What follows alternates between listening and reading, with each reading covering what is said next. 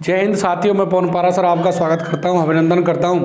और जो polity class चल रही है पुनः उसे आगे बढ़ाते हैं। और लास्ट में हम प्रधानमंत्री पढ़ रहे थे और प्रधानमंत्री अपना हो गया पूरा कंप्लीट हो चुका है। अब लिखते हैं संसदीय शासन व्यवस्था। संसदीय शासन व्यवस्था, शासन व्यवस्था, संसदीय शासन व्यवस्था। देखो, जो संसदीय शासन व्यवस्था क्या होती है, देखो अगर देखा जाए तो हमारे यहाँ क्या है, संसदीय शासन व्यवस्था है। क्या है? संसदीय शासन व्यवस्था है। परंतु विश्व के अधिकांश देशों में, विश्व के अधिकांश देशों में शासन व्यवस्था दो तरीके की है। शासन व्यवस्था दो तरीके की है। शासन व्यवस्था कितने तरीके की है? दो तरीके की है। एक है संसदीय शासन व्यवस्था और एक है राष्ट्रपतीय शासन व्यवस्था। तो जो संसदीय व्यवस्था हमारे यहाँ क्या है, संसदीय व्यवस्था, तो जो शासन व्यवस्था होती है उसे देखते हैं कितने प्रकार की होती है। दो प्रकार की शासन व्यवस्था। शासन व्यवस्था तो एक तो होती है संसदीय शासन व्यवस्था, संसदीय शासन व्यवस्था, शासन व्यवस्था। दूसरी होती है राष्ट्रपति शासन व्यवस्था, राष्ट्रपति शासन व्यवस्था। अब इसकी बात करें कि राष्ट्रपति शासन व्यवस्था कहाँ पर अपनाई गई है और संसदीय व्यवस्था कहाँ पर अपनाई गई है, तो देखो संसदीय शासन व्यवस्था का जो सबसे बेस्ट उदाहरण होता है वो ब्रिटेन है। कौन है? ब्रिटेन। ब्रिटेन, इसका जो एग्जाम्पल है वो ब्रिटेन है। और इसका जो बेस्ट एग्जाम्पल है इसका है अमेरिका। पहले तो ये देख लेते हैं कौन है? अमेरिका। अब संसदीय शासन व्यवस्था कौन सी व्यवस्था? शासन व्यवस्था ब्रिटेन, कनाडा, जापान, भारत में भी है। तो इनके अलावा ब्रिटेन, कनाडा, जापान, ब्राज़ील और भारत में भी यही व्यवस्था अपनाई गई है। कौन सी व्यवस्था अपनाई गई है? संसदीय व्यवस्था ब्रिटेन में, कनाडा में, कहाँ पर? जापान में और भारत में। और कहाँ पर? ब्राज़ील में। सॉरी, ब्राज़ील में तो कैसी व्यवस्था है? राष्ट्रपति व्यवस्था है। तो अमेरिका हुआ, रूस हुआ, श्रीलंका हुआ, ब्राज़ील हुआ, यहाँ पर कौन सी व्यवस्था है? तो अमेरिका, रूस, ब्राज़ील, श्रीलंका,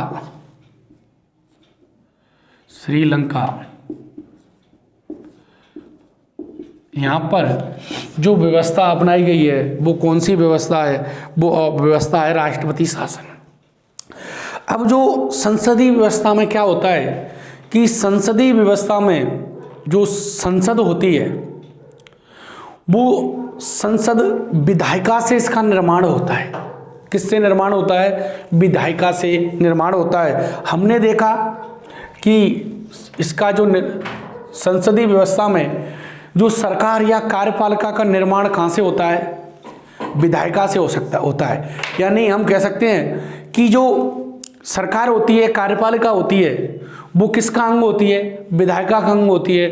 अर्थात जो व्यवस्था कार्यपालिका या सरकार किसका अंग होती है? विधायिका का अंग होती है। और कार्यपालिका विधायिका का अंग होती है, वो विधायिका के सदस्य होते हैं। हमने कहा था कि हमारे यहाँ पर जो प्रधानमंत्री है या जो मंत्री हैं वो संसद के सदस्य होने चाहिए, तभी वो प्रधानमंत्री मंत्री रह सकते हैं, बाकी 6 माह तक तो रह सकते हैं। पहला कि जो कार्यपालिका है वो विधायिका का क्या होती है? अंग होती है। दूसरी बात, यहाँ पर जो कार्यपालिका होती है वो वहाँ की जो कांग्रेस है अमेरिका की, सीनेट, वो उसका अंग नहीं होती। अमेरिका का राष्ट्रपति स्वतंत्र होता है, वो उसका अंग नहीं होता। दूसरी बात, हमारी जो कार्यपालिका है या सरकार है वो विधायिका के प्रति उत्तरदायी होती है। सरकार किसके प्रति उत्तरदायी होती है? विधायिका के प्रति उत्तरदायी होती है। यदि उसे विधायिका का विश्वास नहीं है तो वो विधायिका उसे हटा सकती है। दूसरी बात, ये उसके प्रति उत्तरदायी नहीं होती, स्वतंत्र रूप से होती है। और जो मंत्री बनाता है अमेरिका का राष्ट्रपति, वो अपनी इच्छा से बाहरी सदस्यों को बना सकता है, ऐसा प्रावधान नहीं है। जबकि संसदीय व्यवस्था में बहुमत दल का शासन होता है। किसका होता है? बहुमत दल का शासन होता है। जो प्रधानमंत्री बनेगा या सरकार बनाएगा वो ही बना सकता है जिस दल को क्या हो, लोकसभा में बहुमत प्राप्त हो। अगर उसको बहुमत प्राप्त नहीं है तो वो क्या नहीं बना सकता, सरकार नहीं बना सकता। परंतु वो उसका अंग ही नहीं होता तो बहुमत की तो बात नहीं है। तो ये एग्जाम्पल है। अगर बात करें यहाँ पर इसकी विशेषताओं की, तो विशेषता क्या है कि जो कार्यपालिका होती है, कार्यपालिका विधायिका का अंग होती है, विधायिका का अंग होती है। यानी जो कार्यपालिका के सदस्य किसके सदस्य होते हैं? विधायिका के सदस्य होते हैं। जबकि अमेरिका की बात करें, अमेरिका की, तो जो कार्यपालिका है वो विधायिका का अंग नहीं होती, नहीं होती। वो क्या होती है? स्वतंत्र होती है। क्या होती है? स्वतंत्र होती है। कौन? विधायक, कार्यपालिका। दूसरी बात, जो कार्यपालिका होती है, कार्यपालिका किसके प्रति उत्तरदायी होती है? विधायिका के प्रति, विधायिका के प्रति उत्तरदायी, विधायिका के प्रति उत्तरदायी होती है। उत्तरदायित्व पाया जाता है, उत्तरदायित्व यहां नहीं पाया जाता, नहीं होता उत्तरदायित्व नहीं होता। परंतु यहां पर क्या होता है कि कार्यकाल निश्चित होता है, स्थायित्व पाया जाता है, और यहां पर स्थायित्व नहीं पाया। जो राष्ट्रपति शासन व्यवस्था है अमेरिका में, स्थायित्व पाया जाता है, स्थायित्व पाया जाता है। वहां का जो राष्ट्रपति है वो 4 वर्ष के लिए क्या होता है? निर्वाचित होता है, और उससे पहले उसे संविधान का उल्लंघन करने के अलावा उसे हटा नहीं सकते अमेरिका में। परंतु भारत में स्थायित्व नहीं पाया जाता। क्या नहीं होता? स्थायित्व नहीं होता, स्थायित्व नहीं होता। कैसे नहीं होता? मैं शॉर्ट में बता रहा हूं। क्योंकि अगर लोकसभा उसे कभी भी हटा सकती है, कभी भी हटा सकती है। जब उसको विश्वास नहीं रहता तो लोकसभा जो कार्यपालिका है उसको कभी भी बंद कर सकती है, हटा सकती है। परंतु यहां पर उत्तरदायित्व पाया जाता है। कहां पर? यहां पर। और यहां पर उत्तरदायित्व नहीं होता। हमारे यहां स्थायित्व को ध्यान रखा गया है, और यहां पर हमारे यहाँ उत्तरदायित्व को ध्यान रखा गया, यहाँ पर स्थायित्व। इसकी आलोचना भी होती है कि हमारी जो सरकार है वहाँ पर स्थायित्व नहीं पाया जाता, क्योंकि वो कभी भी क्या हो सकती है? हमारी कार्यपालिका भंग हो सकती है। और यहाँ पर क्या होता है? बहुमत दल का शासन होता है। जिस दल को लोकसभा में क्या प्राप्त है? बहुमत प्राप्त है। अगली विशेषता, बहुमत दल का शासन होता है। क्या होता है? बहुमत दल का शासन पाया जाता है। कहां पर? संसदीय शासन व्यवस्था में। और दूसरी बात, यहां पर नाम मात्र, और यहां पर एक तो नाम मात्र का कार्यपालिका प्रमुख होता है, नाम मात्र जो होता है राष्ट्रपति। दूसरा होता है वास्तविक डी फैक्टो एग्जीक्यूटिव, और ये होता है प्रधानमंत्री। जबकि अमेरिका में शासन का प्रमुख और राज्य का प्रमुख दोनों कौन होते हैं? राष्ट्रपति होता है। अमेरिका में शासन, सरकार और राज्य का प्रमुख दोनों ही कौन होते हैं? राष्ट्रपति होता है। कौन होता है साहब? राष्ट्रपति होता है अमेरिका में। इसके बाद बात करें कि यहां पर राजनीतिक एक रूपता पाई जाती है, और इसमें एक राजनीतिक एक रूपता नहीं पाई जाती। दोहरी सदस्यता होती है। कैसे? यानी जो कार्यपालिका है वो विधायिका का अंग होगी, तो अगली दोहरी सदस्यता, दोहरी क्या होती है? सदस्यता पाई जाती है। यानी जो कार्यपालिका है वो किसका अंग होती है? विधायिका का। जो मंत्री होता है वो मंत्री कार्यपालिका का भी सदस्य होता है और विधायिका का भी सदस्य होता है। जैसे मोदी हैं तो मोदी एक तो प्रधानमंत्री हैं परंतु वो क्या हैं? लोकसभा के भी तो सदस्य हैं। इस तरीके से, और ये से प्रधानमंत्री का नेतृत्व को सरकार करती है, यानी सरकार का नेतृत्व प्रधानमंत्री करता है और यहां पर कौन करता है? राष्ट्रपति करता है। इस तरीके से ये थोड़ी निरंकुश हो जाती है।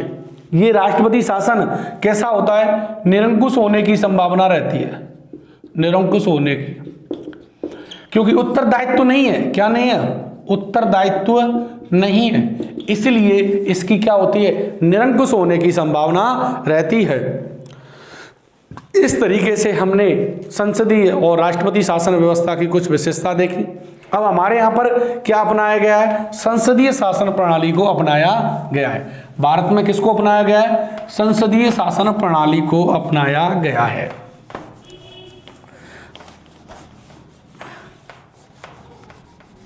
संसदीय शासन प्रणाली को अपनाया गया है।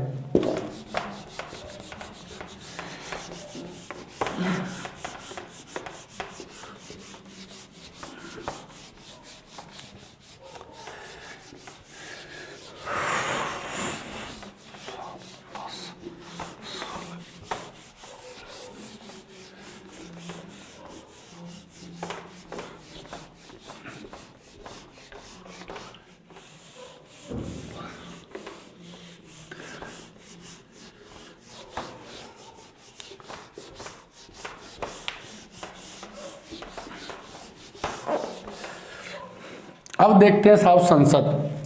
हमारे यहाँ पर संसद है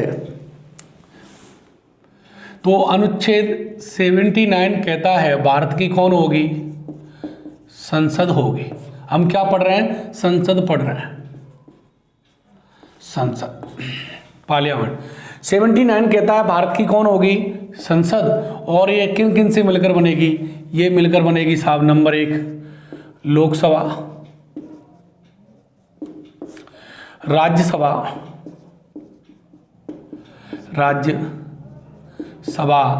और नंबर 3 राष्ट्रपति। अनुच्छेद 79 कहता है कि भारत की एक कौन होगी? संसद, जो लोकसभा, राज्यसभा, राष्ट्रपति से मिलकर बनेगी। कुछ किताबों में लिख रहा है कि राष्ट्रपति को संसद का अंग माना जाता है। अरे माना नहीं जाता, होता है। ये 79 में संविधान में प्रावधान कर रखा है। माना तो उसे जाता है जो संविधान में प्रावधान नहीं है। यहां तो प्रावधान कर रखा है कि राष्ट्रपति को संसद का क्या माना जाता है?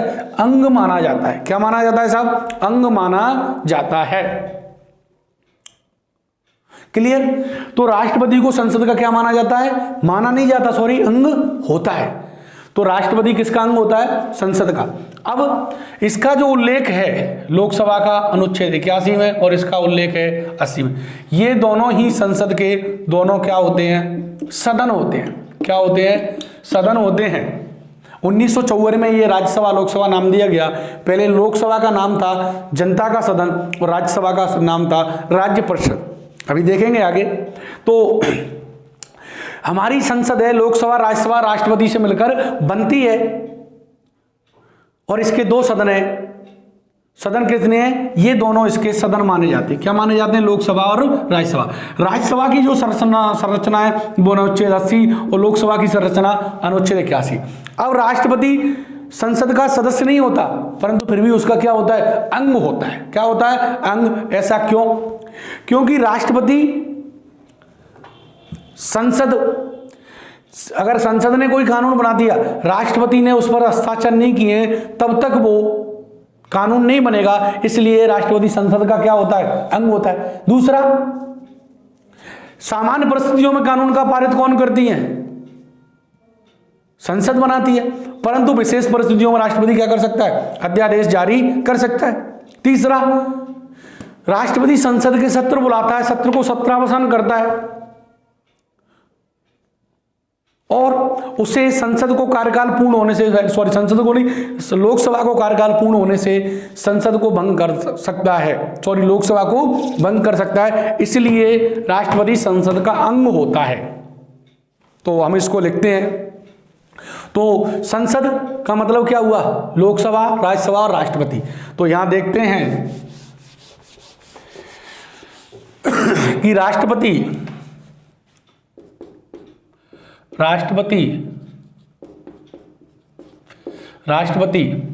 संसद का सदस्य नहीं होता, संसद का सदस्य नहीं होता और ना ही संसद की बैठकों में भाग लेता, ना ही संसद की बैठकों में भाग लेता, परंतु राष्ट्रपति संसद का अंग होता है, संसद का अंग या अभिन्न अंग होता है, संसद का अंग या अभिन्न अंग होता है, अभिन्न अंग होता है, जिसके निम्न कारण इस प्रकार है, निम्न कारण है। नंबर 1 देखो, एक तो अनुच्छेद, इसके जो निम्न कारण है अनुच्छेद 111, ये क्या कहता है? ये कहता है कि संसद द्वारा कोई विधेयक तब तक कानून नहीं बनता जब तक राष्ट्रपति उस पर क्या नहीं करता, हस्ताक्षर नहीं करता। तो नंबर 1, संसद द्वारा पारित विधेयक कानून नहीं बनता जब तक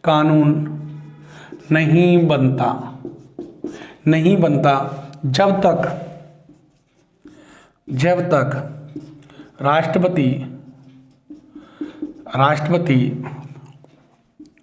उस पर हस्ताक्षर नहीं करता,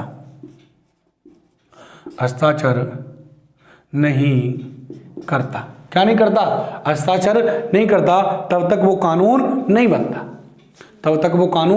बनता, कौन सा अनुच्छेद कहता है? 111। दूसरी बात, अनुच्छेद 123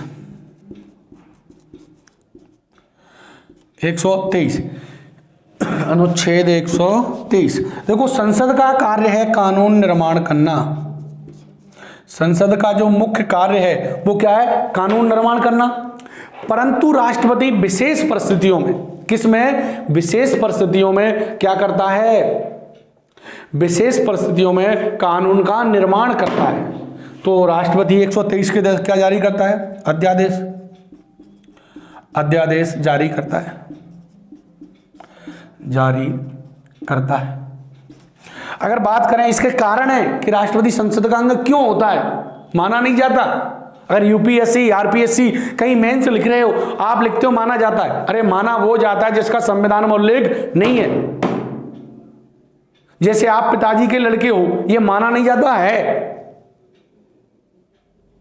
ये माना नहीं जाता। परंतु बिल्कुल सही बात है, पिताजी के, आपके पिताजी कोई हैं, ये माना जाता है। परंतु आपकी माताजी, जो माताजी हैं, वो पूरी तरह सत्य है। ये बात सत्य है कि आप अपनी माताजी, आपकी माताजी हैं, परंतु ये तो विश्वास ही करते हैं ना कि आपके ये पिताजी हैं, क्या पता है या नहीं, ये तो जब आपका टेस्ट वगैरह होगा जब ही पता लगेगा। परंतु राष्ट्रपति का तो संविधान में उल्लेख है कि वो क्या है, ये मैंने मजाक के लिए बोला, ये क्या है कि वो संसद का क्या है? अंग है, माना नहीं जाता। अध्यादेश जारी करता है। इसके बाद अनुच्छेद 85 संसद के सत्र बुलाना और उनका 17वां सत्र करना। 85 क्या कहता है, संसद के सत्र बुलाता है, सत्र बुलाता है क्या, राष्ट्रपति, और उसका क्या करता है, उसका 17 अवसान करता है, 17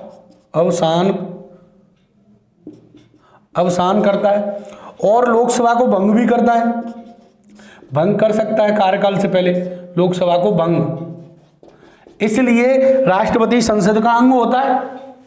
अगली बात करें तो बहुत सारे एग्जाम्पल दे सकते हैं, जैसे इसके बाद अनुच्छेद 331 था, अब नहीं है, 331 में ये प्रावधान था, तो 331 में कि राष्ट्रपति लोकसभा में, किसमें, लोकसभा में दो एंग्लो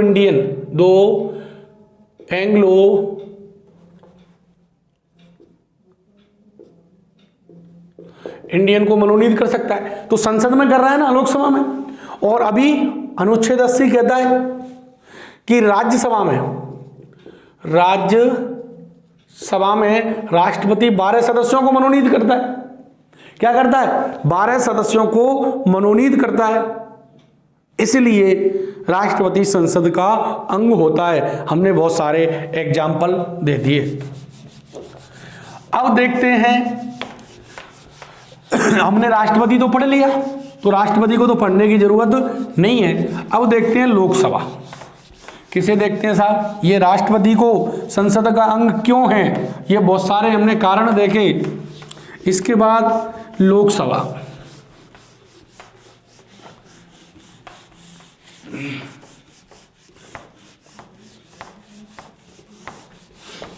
तो हम एक और चीज देख लेते हैं कि 1954 से पहले 1954 से पहले 1954 से पहले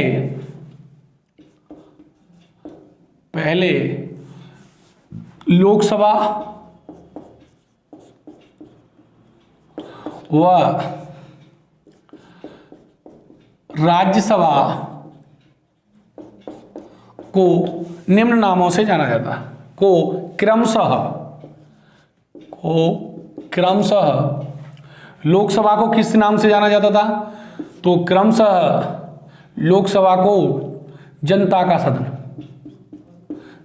का सदन और राज्यसभा को राज्य परिषद। यानी 1954 से पहले राज्यसभा को राज्य परिषद और लोकसभा को जनता का सदन के नाम से जाना जाता था। 1954 में इसका नाम लोकसभा कर दिया गया और इसका नाम राज्यसभा कर दिया गया। इस तरीके से इसको पहले लोकसभा को जनता का सदन और राज्यसभा को किसका सदन माना जाता था, राज्य परिषद के नाम से जाना जाता था। अब देखते हैं मेरे दोस्तों लोकसभा, क्या देखते हैं, लोकसभा। अरे सांप,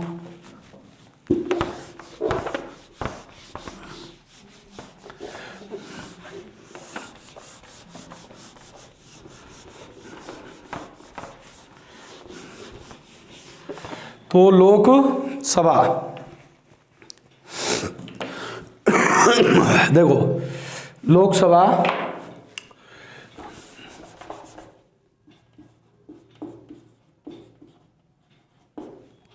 लोकसभा एक तो देखेंगे पहली लोकसभा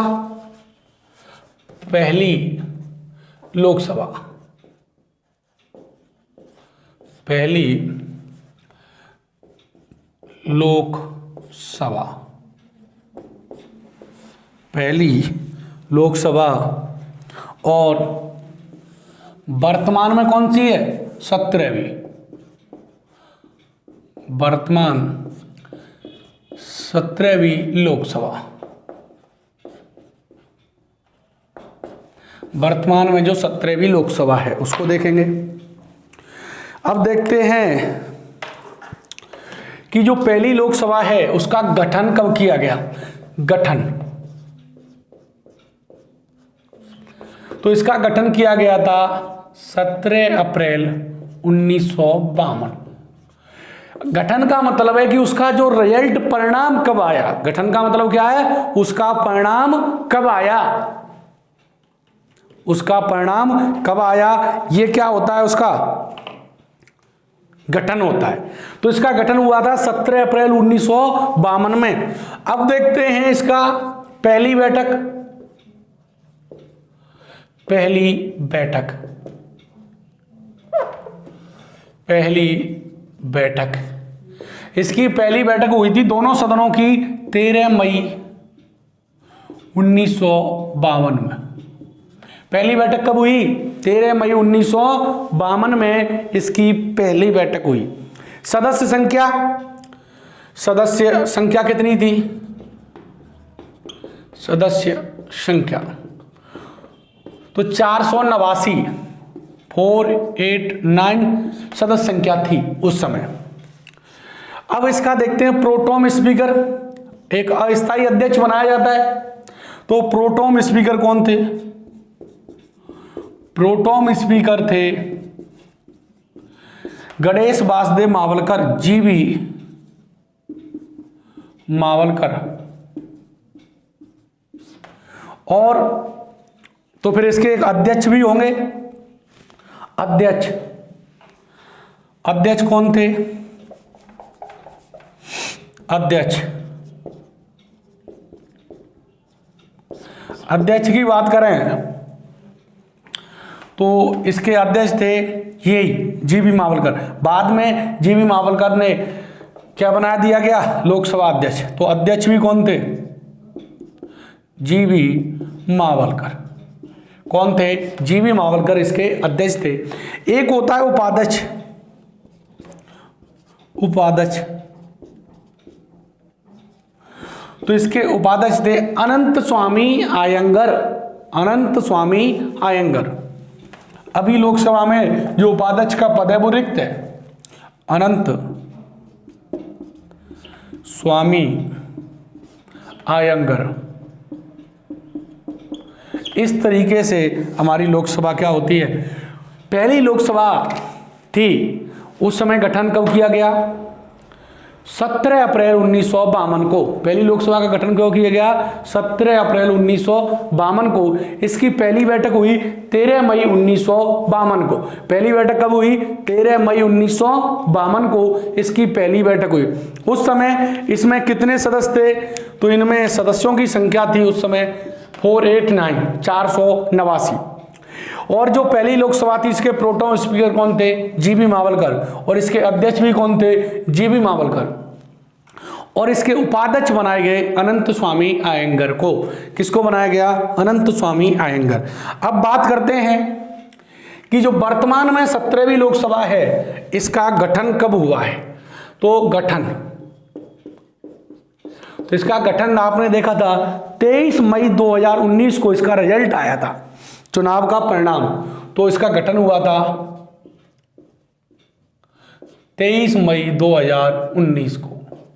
कब, 23 मई 2019 को इसका रिजल्ट का परिणाम आया। इसकी पहली बैठक, पहली बैठक, पहली बैठक हुई 17 जून 2019 को, 17 जून 2019 को। सदस्य संख्या की बात करें, सदस्य संख्या, सदस्य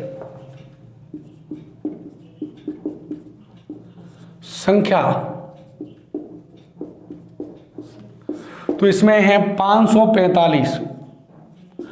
इनकी सदस्य संख्या को संसद क्या कर सकती है, बढ़ा सकती है। क्या कर सकती है, बढ़ा सकती है। सदस्य संख्या कितनी हो गई, 545। अगर आप बात करें इसके जो प्रोटोम स्पीकर थे, प्रोटोम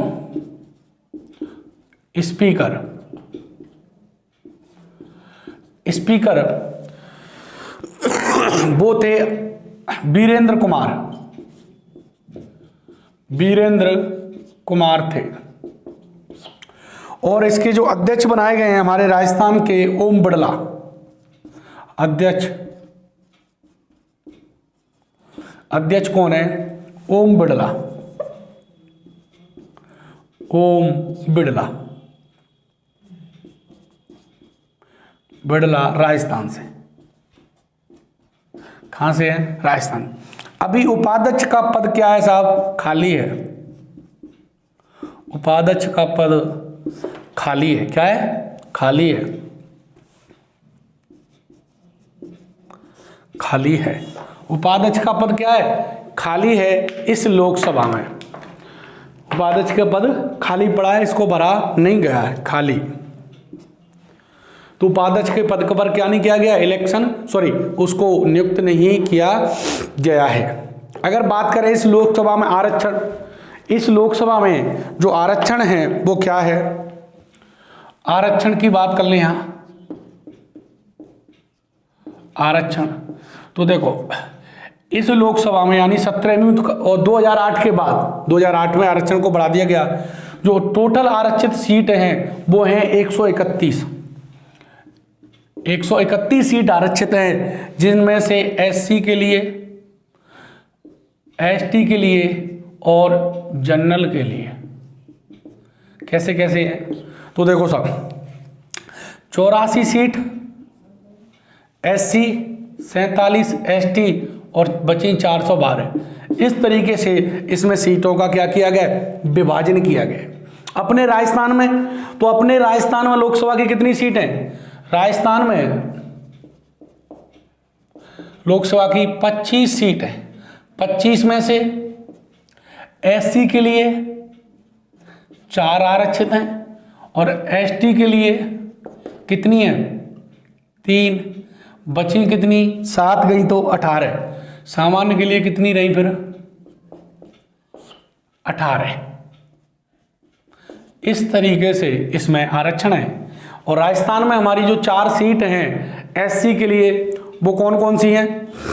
तो गंगानगर, बीकानेर और भरतपुर, करौली, धौलपुर। अभी देखेंगे गंगानगर एससी, गंगानगर सीट है जो लोकसभा सीट है वो एससी के लिए।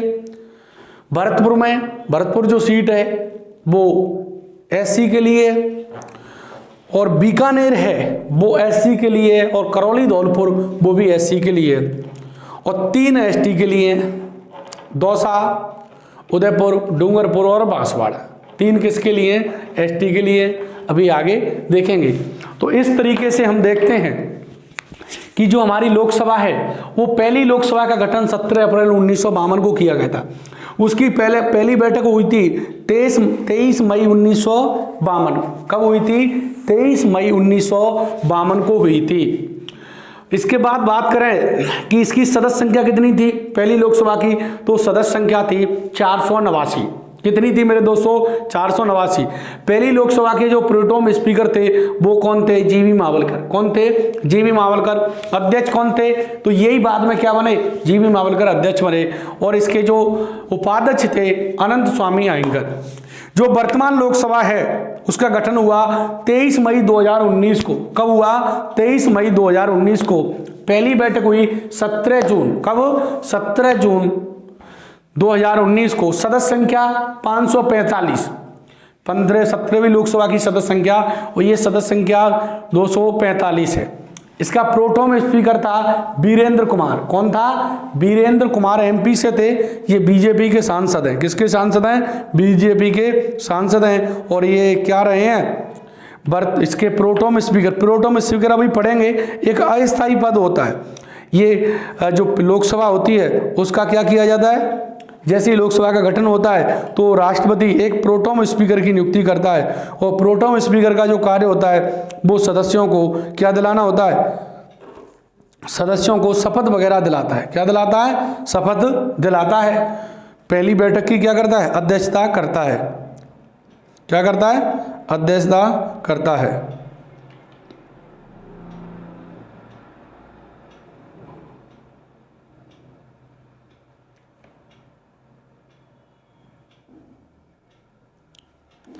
अध्यक्षता करता है इस तरीके से। और इसके जो अध्यक्ष बने हमारे राजस्थान के ओम बिड़ला, ये भी बीजेपी के क्या है? सांसद। और उपाध्यक्ष का पद क्या है? खाली। देखो पहले जो अध्यक्ष और उपाध्यक्ष का पद दोनों सत्ता पक्ष से होते थे, परंतु अध्यक्ष का तो सत्ता पक्ष से ही होता है और उपाध्यक्ष का जो पद है वो विपक्ष से होता है। सत्ता पक्ष का मतलब जिसकी सरकार है, क्या है, सरकार है वर्तमान में, वो क्या कहलाता है, सत्ता पक्ष। और जो सरकार नहीं है इसके अलावा जो भी दल होंगे वो कहलाएगा विपक्ष। हमने देखा कि जो 15-17वीं लोकसभा है उसमें आरक्षित सीट कितनी है, 131, एससी के लिए 84 और एसटी के लिए 47, यही आरक्षित हैं। ये दोनों कितनी होंगी, 131 होंगी। ये आरक्षित नहीं है। ये जो एससी की सीट है इन पर केवल एससी का लड़ेगा, एसटी की पर एससी का एसटी का ही लड़ेगा, और जनरल की पे आरक्षित नहीं है। इसका मतलब ये भी लड़ सकता है और ये भी लड़ सकता है। इस तरीके से राजस्थान में लोकसभा की कितनी सीटें, 25 में से 4 हैं वो किसके लिए, एससी के लिए, और एसटी के लिए 3, और बाकी बची, यानी आरक्षित सीट कितनी है राजस्थान में लोकसभा की, 7, बची 18 हैं वो सामान्य के लिए है, और सामान्य पर भी एससी एसटी का चुनाव लड़ सकता है। अब देखते हैं साहब हमारी लोकसभा की सदस्य संख्या कैसे है, कितनी है, क्या नहीं है।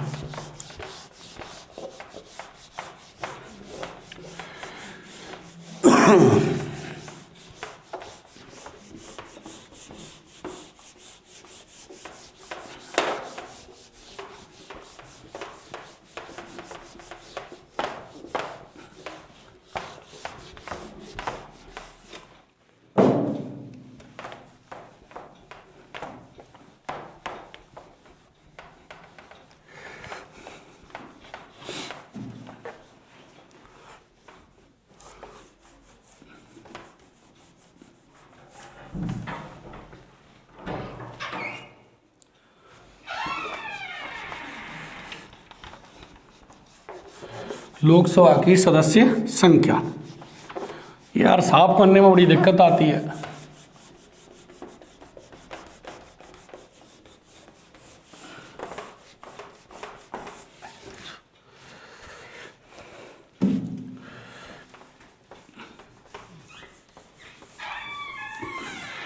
तो लोकसभा की सदस्य संख्या, लोकसभा की सदस्य संख्या,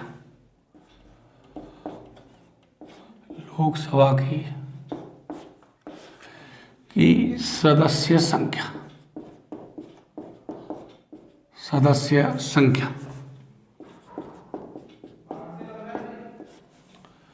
सदस्य संख्या। तो एक तो होती है अधिकतम, अधिकतम,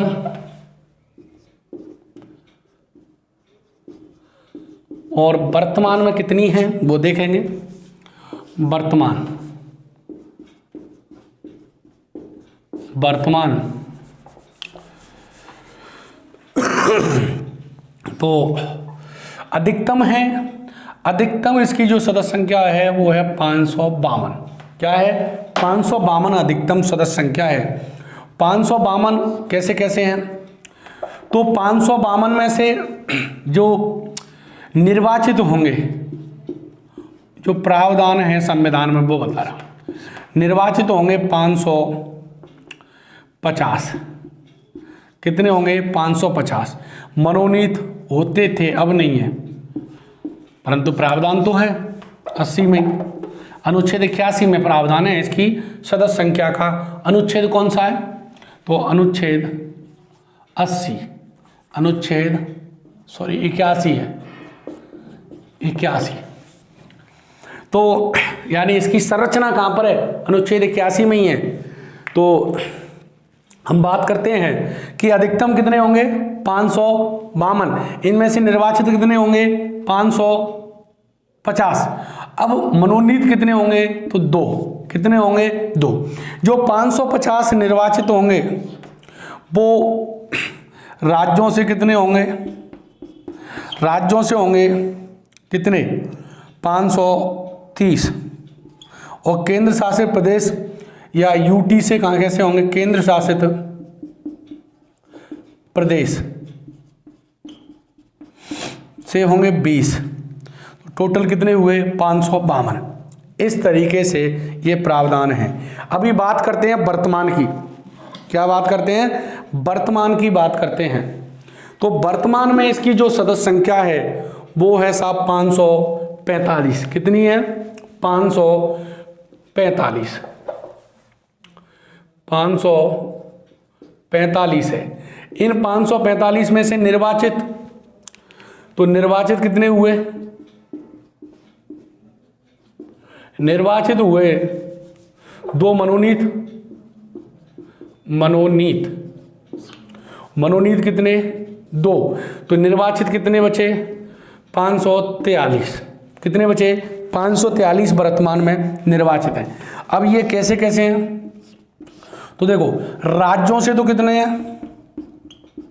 राज्यों से हैं 530 और केंद्र शासित प्रदेश इनसे हैं 13। कितने हैं? 13। और इन 13 में जो केंद्र सबसे ज़्यादा हैं दिल्ली को कितने हैं? 7 और अन्य को 1-1 है। अन्य को 1-1 है। अब जो 530 हैं, 530 में से जो सबसे ज़्यादा हैं वो यूपी के लिए जो हैं 80 और अपने राजस्थान से कितने हैं? 25। इस तरीके से इनकी सदस्य संख्या का क्या किया गया है? उल्लेख किया गया है कि जो लोकसभा में सदस्य कैसे कैसे होंगे, किस किस प्रकार से होंगे। तो देखो, अधिकतम कितने हो सकते हैं? 552। अरे अधिकतम सदस्य कितने हो सकते हैं? 552 अधिकतम सदस्य हो सकते हैं लोकसभा में। इनमें से निर्वाचित 550, मनोनीत कितने? 2। अब नहीं होंगे। अभी अगर कहें तो लोकसभा में एक भी सदस्य मनोनीत नहीं हो सकता। ध्यान रखना, लोकसभा में एक भी सदस्य मनोनीत नहीं हो सकता। 550 जो निर्वाचित होंगे उनमें से राज्यों में अधिकतम कितने हो सकते हैं? 530। केंद्र शासित प्रदेश कितने होंगे? 20। अब ये देखेंगे कि देखो, राज्यों के जो सदस्य निर्वाचित होंगे वो तो प्रक्रिया का संविधान में उल्लेख कर रखा है, परंतु केंद्र शासित सदस्यों के केंद्र शासित जो प्रदेश हैं उसके जो सदस्य हैं लोकसभा के, उनका निर्वाचन किस तरीके से किया जाएगा इसका संविधान में तो उल्लेख कर नहीं रखा। वो संसद पर छोड़ दिया है कि वो संसद तय करेगी कि इनका निर्वाचन कैसे किया जाएगा। अब वर्तमान में जो निर्वाचित हैं, वर्तमान में जो लोकसभा की सदस्य संख्या है वो 545, निर्वाचित हैं 543, मनोनीत 2। जो 543 निर्वाचित हैं वो राज्यों से 530 और केंद्र शासित प्रदेशों से 13। अभी जो 7 रख रखे हैं वो, जैसे हमारा पीओ के जो जम्मू कश्मीर का हिस्सा है वो पाकिस्तान ने क्या कर रखा है? अधिकृत कर रहा है। तो हम वो कहते हैं वो भी हमारा है, वो भी हमारा है। हमने उसके लिए सीट आरक्षित कर रखी है कि वो भविष्य में हमारे पास आएगा तो इसकी ये सीटें देंगे। इस तरीके से लोकसभा की सदस्य संख्या का ये क्या कर रखा है? प्रावधान कर रखा है। और आगे की चर्चा करेंगे अगली क्लास में। थैंक यू, धन्यवाद, थैंक यू।